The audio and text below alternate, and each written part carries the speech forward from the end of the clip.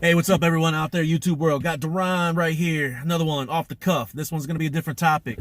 You know, there's a lot of things flowing through my head. You know, Unfortunately, we can only give examples of experiences that we've shared with individuals most familiar to us. Whether they be friends, family, spouses, whatever.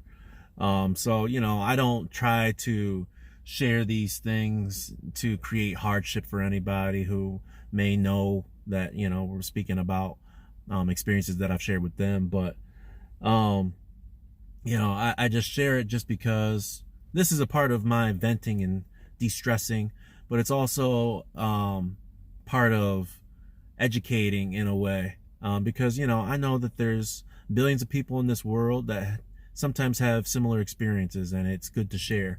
um, you know because we can advise each other, we can share ideas of what has or hasn't worked for other people in similar situations. Um, so right off the top, there's a TV show called Bar Rescue, and it stars a guy named John Taffer. He's a consultant. He's got decades of experience of working in restaurants and bars, and he's the guru, the architect that can go into a place that's been desolate, that's been no longer in its heyday, and he can revive them and almost resurrect them. Breathe new life into them with a new concept, or tighten up their processes, and help them to be successful again. And when he comes in there, um he basically lets people know, hey, it's my way or the highway. And yeah, that's partly for TV, but I think that that's also a direct way that he just deals with matters, also, and he is quite effective. um but the thing that's kind of ironic to me is how often you hear a story in the preview and the intro that, so and so, maybe it's a mom and pop, maybe it's husband and wife, they run a restaurant or a bar or whatever. They're tanking, they're down hundreds of thousands of dollars. If they can't make payroll, they're gonna not be able to pay their employees, or they're gonna have to close the business or file bankruptcy, whatever, in a matter of weeks or months or things like that.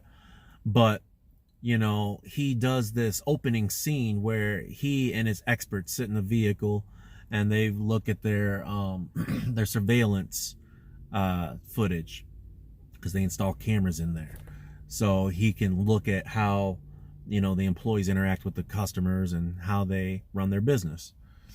So he can see the things that he wouldn't likely get to see if he was just, oh, hi everybody, it's me, John Taffer, show me what you guys do.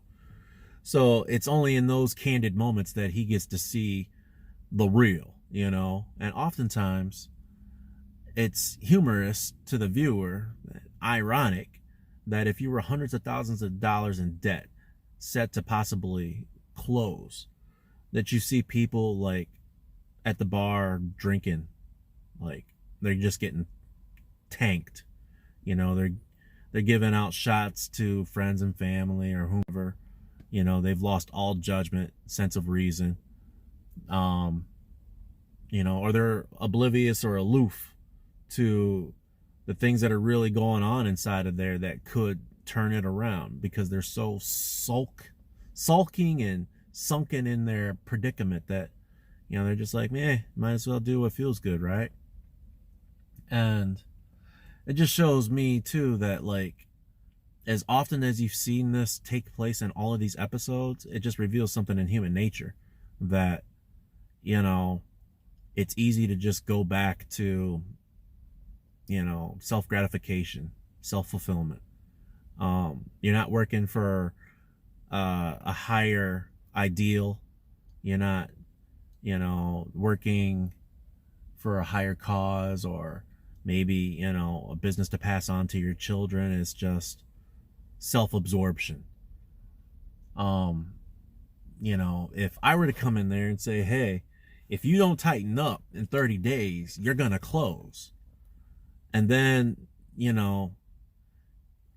a day, a moment, hours within that day later on, you see if there's any shock or awe or sense of urgency in the way that they conduct themselves, and you see that it's not, it's mind-boggling. I marvel at it.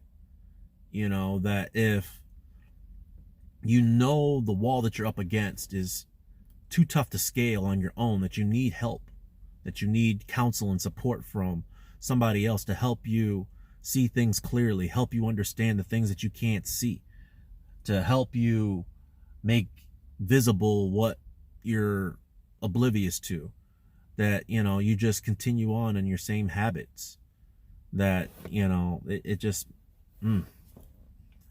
So if you say that your nutrition is an issue of concern for you, then don't you think it would be sensible to prepare a meal that has, you know, nutrition in mind, and say, no, I'm gonna make a new habit and break my old habit of eating out of the freezer and eating lean cuisines and Hot Pockets and frozen pizzas. You know, it sounds sensible, it sounds reasonable. But when you don't do that, then who do you have to blame? Only yourself. When you give a person a directive and say, hey, you know, if you don't straighten up, we've talked about this before, you got 30 days to clean this up, or this shop is closed, and you don't do it. You know, you say you don't have time. Well, you have time for the things that you've chosen to do. If you chose to sit there and, you know, check Facebook, you had time for that. That was time that you invested in that task. You know, if you say that you don't have time to download something that you received on a flash drive, you know, when you were given an hour and a half of free time, but, you know, you can find the time to look at cute, cuddly pictures of, you know, loved ones and things like that, well, then that shows that you have the time for looking at pictures, but you don't have the time for doing the important task, which actually, if you had done it, would help you gain clarity, give you greater support towards keeping that shop open. You know, it's just silly to me. Now I'm starting to ramble, go off track here, but the bottom line is that it's not specific to the individual. Yeah, we all make choices, but there's something about human nature that's revealed when the pressure comes on. If you don't have the systems in place to go greater, go further, go higher than you had ever gone before, then it's time to pause and recollect and say, yeah, this hasn't worked. White flag, cry for help, you know, instead of just making excuses.